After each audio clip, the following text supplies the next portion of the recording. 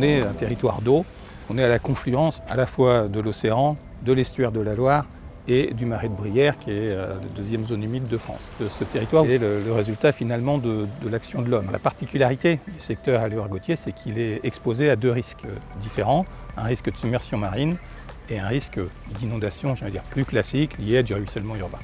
L'étude réalisée dans le cadre du PPRL, elle a mis en évidence finalement une connexion qui n'était pas intuitive entre la mer et le site Alluire-Gautier. Une connexion qui se fait via les bassins portuaires. Donc ce secteur il est également effectivement exposé au risque d'inondation classique par ruissellement du fait essentiellement de la topographie.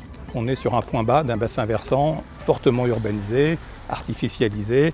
Une fois que l'eau est dans la cuvette, elle s'évacue lentement. Et donc il y a très peu de pente entre cette cuvette et l'exutoire.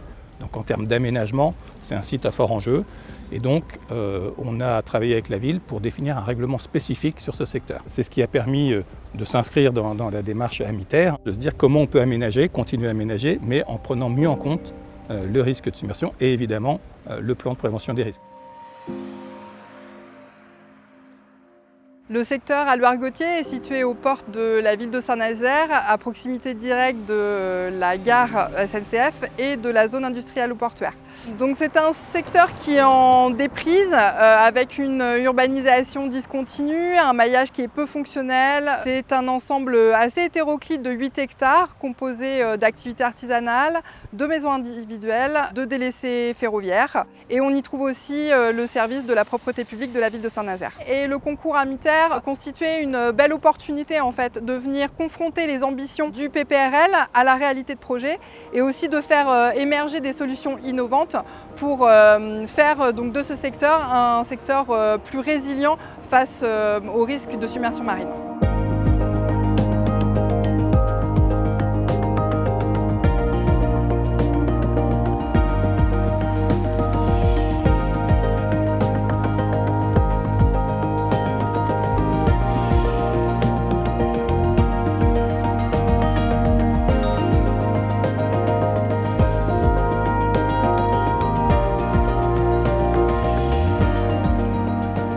On a compris que même les équipes répondant au cahier des charges allaient un peu à reculons sur les propositions architecturales et de construction. Ils ont, tous ces acteurs locaux, décidé d'abandonner ce cahier des charges pour se concentrer sur cette question de la renaturation du site et de redonner un cœur vert à ce secteur de Saint-Nazaire. On a vu cette décision locale comme un progrès.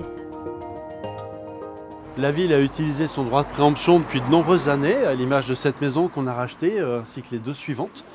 Alors aucune expulsion, on le fait au fur et à mesure où on a des changements de propriétaires, où là on va préempter à ce moment-là. Et l'idée à terme, c'est donc de démolir ces maisons pour ouvrir le parc qu'on veut créer derrière.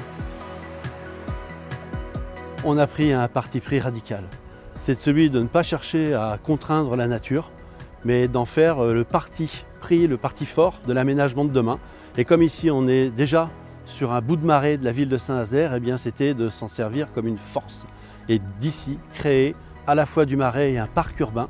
8 hectares ici demain seront offerts à la végétation, à la nature et à la redécouverte du marais. Et des espaces de déambulation, des espaces de balade, des jeux pour enfants demain, tout ce qu'on peut imaginer dans un parc de 8 hectares à l'échelle d'une ville de 73 000 habitants. D'ici quelques mois, nous allons lancer une consultation de maîtres d'œuvre, des urbanistes, des paysagistes pour nous aider à réfléchir à la mutation de ce site. Nous voulons commencer assez vite à pouvoir renaturer une partie du site qui est aujourd'hui un parking et un magasin, de telle manière que nous puissions ici montrer l'ambition que nous portons par la création d'une mini-forêt.